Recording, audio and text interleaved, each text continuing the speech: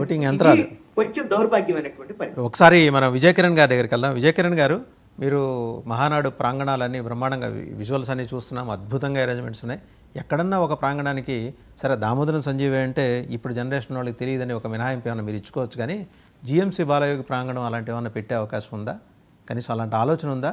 తలుచుకుంటారా?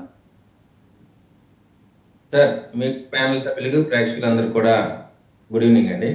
ఇప్పుడు జిఎంసి బాలయోగిని భారతదేశ అత్యున్నత లోక్సభలో స్పీకర్గా పెట్టినటువంటి ఘన చరిత్ర ఉన్నటువంటి తెలుగుదేశం పార్టీ. సార్, పెట్టినటువంటి అనే మాట అనకండి, ప్రపోజ్ చేసినట్టే. పెట్టినటువంటి అంటే బీలిటిల్ చేసినట్టుంది.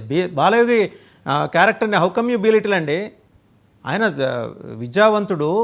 పెట్టినటువంటి అనకండి, ప్రపోజ్ చేసినటువంటి అనే మాట అనండి, అది మర్యాదగా ఉంటుంది. అంటే ఏంటండి? ప్రతిపాదన పెట్టడం ఏంటండి? పెట్టండి, తీసుకెళ్ళి ఇలా పెడతారా? ప్రతిపాదన కానీ పెట్టడం అంటే తీసుకెళ్లి తెలుగుదేశం పార్టీ కూర్చోబెట్టింది అనేటువంటిది కాదు.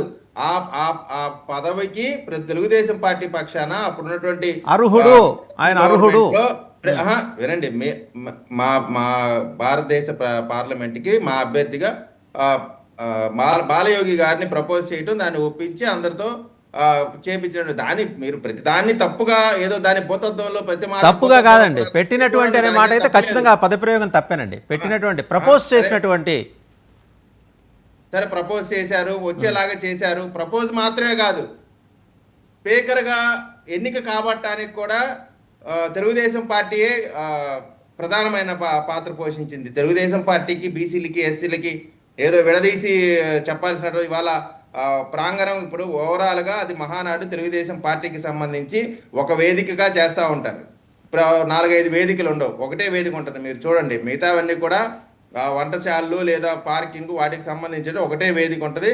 ఆ వేదిక ద్వారానే మొత్తం కార్యక్రమం జరుగుతూ ఉంటుంది. మాకు బాలయోగి గారి గురించో లేదా ఇంకొకరి గురించి, ఇప్పుడు తెలుగుదేశం పార్టీ ఆవిర్భవించిన తర్వాత ఆంధ్రప్రదేశ్లో అనేకమైనటువంటి, ఇప్పుడు ఈ రాష్ట్రంలో కానీ ఉమ్మడి రాష్ట్రంలో కానీ విడిపోయిన ఆంధ్రప్రదేశ్లో కానీ బీసీలు కానీ ఎస్సీలు కానీ అత్యధికమైనటువంటి నాయకత్వాన్ని ఈ రాష్ట్రానికి అందించినటువంటి పార్టీ తెలుగుదేశం పార్టీ.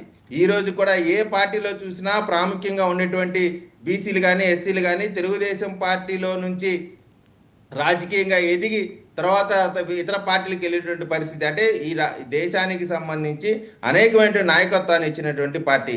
కాబట్టి తెలుగుదేశం పార్టీ ఏదో బీసీలకి, ఇప్పుడు ఉప ముఖ్యమంత్రి పదవుల ప్రతిపాదనలు ఉంటాయా లేదా అనేటువంటి దానిపైన మీరు ఒక క్వశ్చన్ అడిగారు.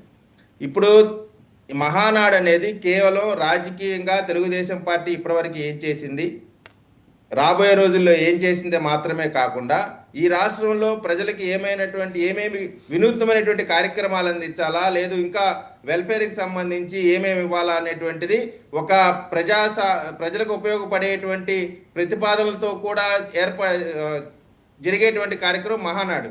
ఇదేదో కేవలం ఒక రాజకీయ మహానాడు మాత్రమే కాదు. కాబట్టి ఇది ఆంధ్ర రాష్ట్ర పార్టీ తెలుగుదేశం పార్టీకి, అదేవిధంగా ఆంధ్ర రాష్ట్ర ప్రజలకి రెండింటికి ఉపయోగపడేటువంటి ప్రతిపాదనలు ఖచ్చితంగా ఉంటాయి తప్ప ప్రజలకి కేవలం ఇదేదో రాజకీయం మాత్రమే కాదనేటువంటిది స్పష్టంగా చెప్పదలుచుకున్నాం. రెండోది, ఇప్పుడు గతంలో ఒక్కసారి కరోనా టైంలో మాత్రమే మేము ఆన్లైన్లో ఈ మహానాడు నిర్వహించాం. మొట్టమొదటిసారిగా కడప ప్రాంతంలో నిర్వహించడం, అది కూడా అంగరంగ వైభవంగానే. ఎందుకంటే మహానాడు అనేటువంటిది మాకు ఒక పెద్ద పండగ లాంటిది. ఈ పండగని పండగలాగానే అంగరంగ వైభవంగానే చేసుకుంటాం. దాంట్లో ఏ విధమైనటువంటి సంశయానికి ఆలోచించాల్సిన అవసరం లేదు.